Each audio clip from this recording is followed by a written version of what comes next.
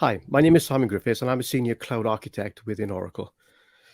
Now, when you start moving to cloud, getting your first application to cloud is pretty easy. But what if you have much of a larger ambition? What if you want to move hundreds of applications, hundreds of workloads, or thousands of databases to cloud? Where do you start, and how do you move? So we at Oracle have started to put together a guide about how you might achieve that, and we call it the Cloud Foundation. Now, the Cloud Foundation really breaks down into three separate components.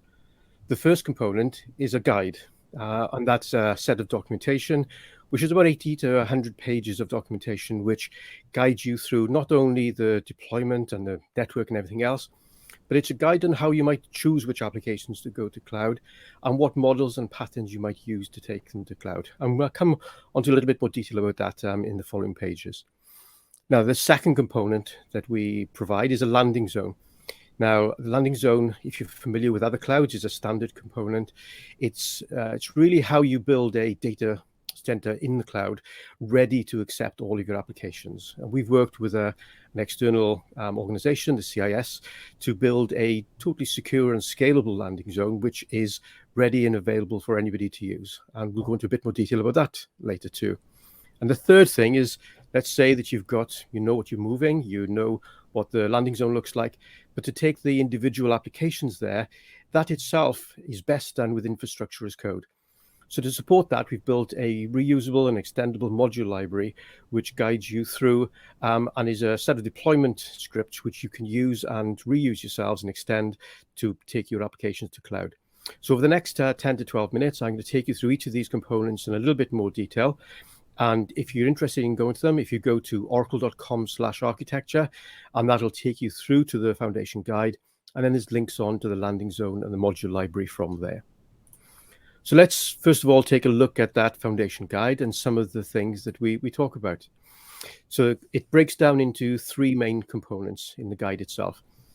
How you might develop your cloud strategy and your cloud framework for migrating to cloud. Then it talks about how you design the architecture in the cloud. And that covers a wide range of capabilities. And when we talk a little later about the landing zone and the module library, those have been built with that cloud architecture best practice in mind. And the third thing that we include is a starter's guide to infrastructure as code. If you are coming from another cloud, you're probably familiar and are already using infrastructure as code within your clouds. But if you're coming from on-premises, this may be new for you.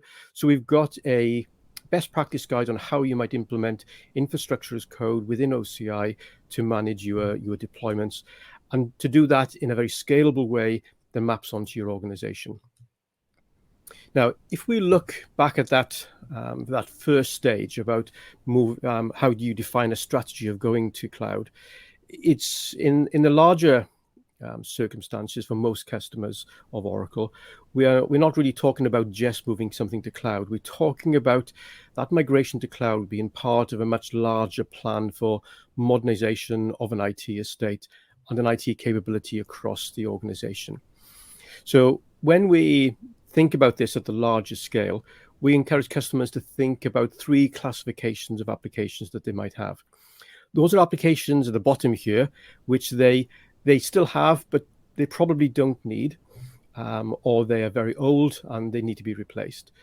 And for those applications, you might be looking at divesting those, which is just closing them down. So we're not going to talk too much about that. But the next level up are those applications which rarely change. They service a need for the organization, so they are necessary, but they probably don't need to change. And for those applications, it's all about managing them at least cost. So you may decide to just retain them exactly as they are. You may rehost them to cloud, or you may re-platform them to cloud, which means getting a little bit more of the benefits of cloud. So as you go up this slide, the bottom really gains nothing from cloud, but the top, and especially the top right, gains you the most from that movement to cloud. But it also gives you more cost that's associated with that move. So this whole framework that we talk you through in the guidance is about deciding which of those boxes that your particular application wants to benefit from. So the top one there, the one with the most cost but the most benefit, is about investing in particular applications which are critical to you as an organization, but will also need to change with your organization as you develop your organization's offering externally. So This is about refactoring, revising, replacing, rebuilding, or even stepping back and completely rebuilding. So Oracle OCI offers all of these options within an approach.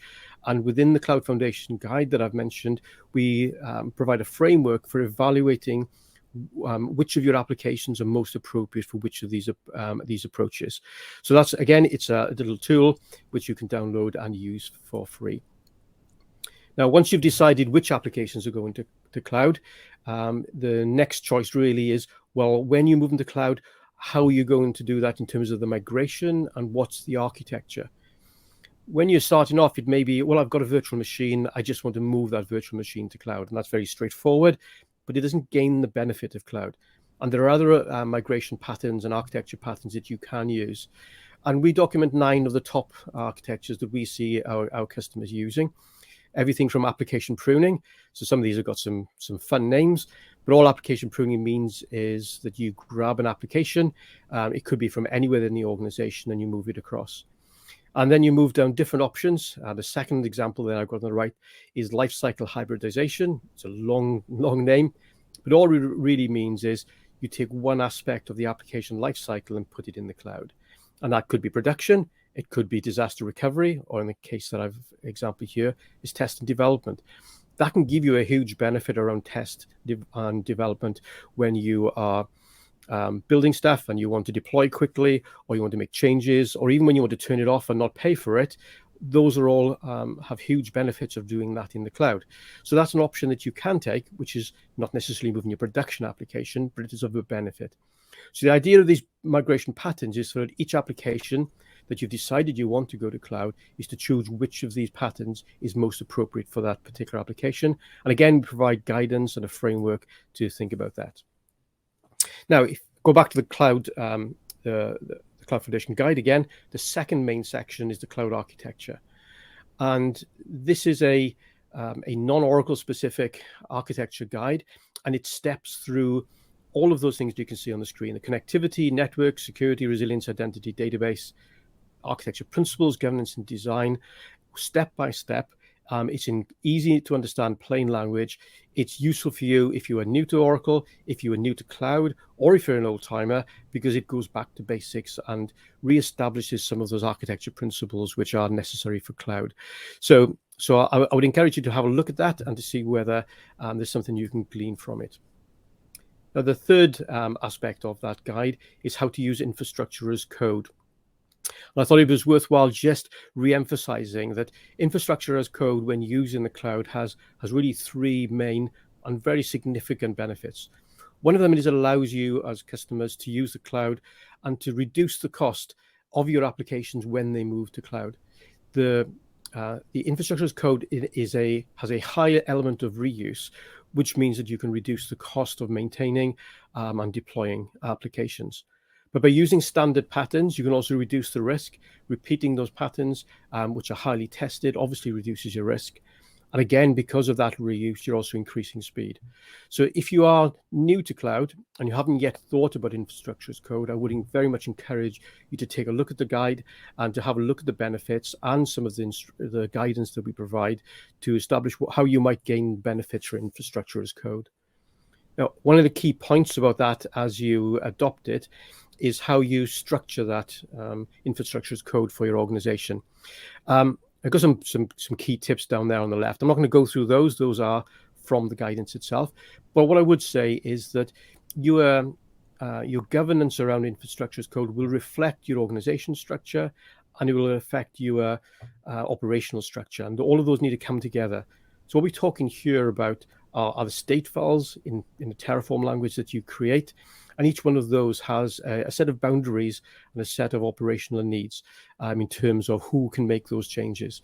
And so it's very important that you design that or architect it up front to make sure that the segregation of duties across the overall estate that you have in the cloud are really clearly defined up front. And that gives you a fully scalable infrastructure as code platform. So I mentioned, so this is the second main topic that we wanted to talk about, which was a landing zone.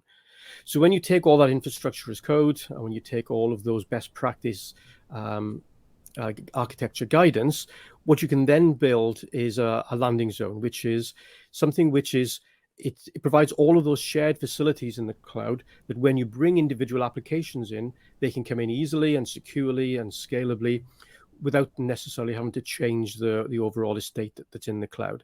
So what we've done at Oracle is we've gone to an external organization, CIS, which helps us define how to build a really secure landing zone with full enterprise class security. And we've taken that and we've designed it, and then we've taken that and built it in Terraform. So there's a link there on the page that you can follow. It's also available from the site I mentioned earlier. And you can implement that within probably a day or so to give you a very, very scalable and secure landing zone. It's all free, it's all open source, it's all under the Oracle permissive license. So if you want to take it on board, if you want to extend it or change it, completely up to you as an organization to do that. But I think if you're starting out in cloud, but you have a large ambition for lots of applications, as I mentioned, I think this is an absolutely essential step to go forward to establish that secure, well-designed landing zone before you build your first applications across. Now, the basic landing zone that you download also has some optional features which you can extend it for. So you can extend it so that it covers multi-regions, so across different geographic areas that Oracle offers. It can include the Exadata Cloud Service specifically, because that has some additional capabilities that we can surface within the landing zone. It also can build in operational monitoring. And finally, it can also build in monitoring your security posture to make sure that once you have deployed the landing zone, that security posture is maintained over a long time with OCI Cloud Guard. So all of that is built within the landing zone. And as I say, I would strongly recommend you have a look at it if you are starting to establish a large-scale estate within the cloud. Now, the last topic I wanted to talk about was the module library. So it's great having a well-designed landing zone, but how do you get applications into that landing zone? So what we've also built is a set of standard Terraform modules. And this is a hierarchy of modules. So we have modules within modules, but they are all abstracted to the level at which there's nothing specific to a customer or nothing specific to an organization or an environment within those modules. So they're extremely flexible. So they are designed so that you can have the same modules that exist through environments within an application. For example, dev and test and production, you can all share the same modules, just the parameters and the variables within them change. You can also use the modules across different applications, across different lines of business, and across many different organizations as well. So the way that we encourage you to use these is to download them as a full set of modules and then to customize them for your own need. And because, again, it's open source and it's available on the Oracle permissive license, you can use it to your heart's content. It's also available for partners to do exactly the same. So this is a great way to get started with an infrastructure as code framework within OCI. And I've mentioned some of these topics already, but it's reusable. It's a black box so that it's designed so that you don't have to understand the complex Terraform that's inside. You can use it, but of course, if you do understand it, you can extend it. It's modular, you can assemble it, and it's all built on those good infrastructure as code architecture principles. I've mentioned the landing zone and I mentioned the modules. These two things are designed to be used independently, so you can use one without the other, but they're also designed so they can be used together. And so it's very straightforward to implement the landing zone and then to take the modules, to build your applications and then move them directly into cloud, into that landing zone.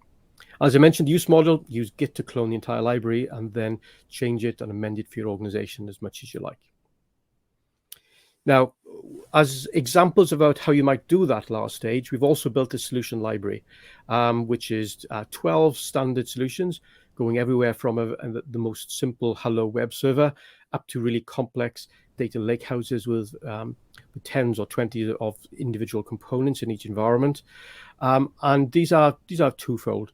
They are enterprise class and you can use them exactly as they are, and they will give you that secure foundation for your application. But they also exist as examples of how you can use the module framework to build complex applications and complex deployments.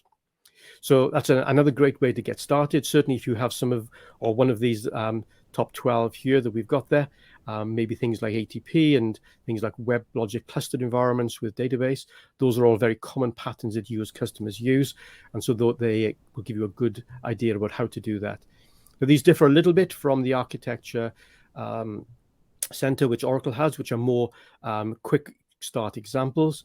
These are all built as enterprise class assemblies of these modules that I've been describing. So just to summarize, we've talked really about 4 different areas where our Cloud Foundation can help. It can help in strategizing about your cloud migration, where you start, how you plan, how you plan your migration, and then how you design your deployment within the cloud, and then actually how you deploy it yourself with the modules. So I would encourage you to have a look at oracle.com/architecture, because it's all of this documentation and content is there with links to GitHub for the code. And all that remains for me to say thank you very much for listening today, and have a good day. Thank you.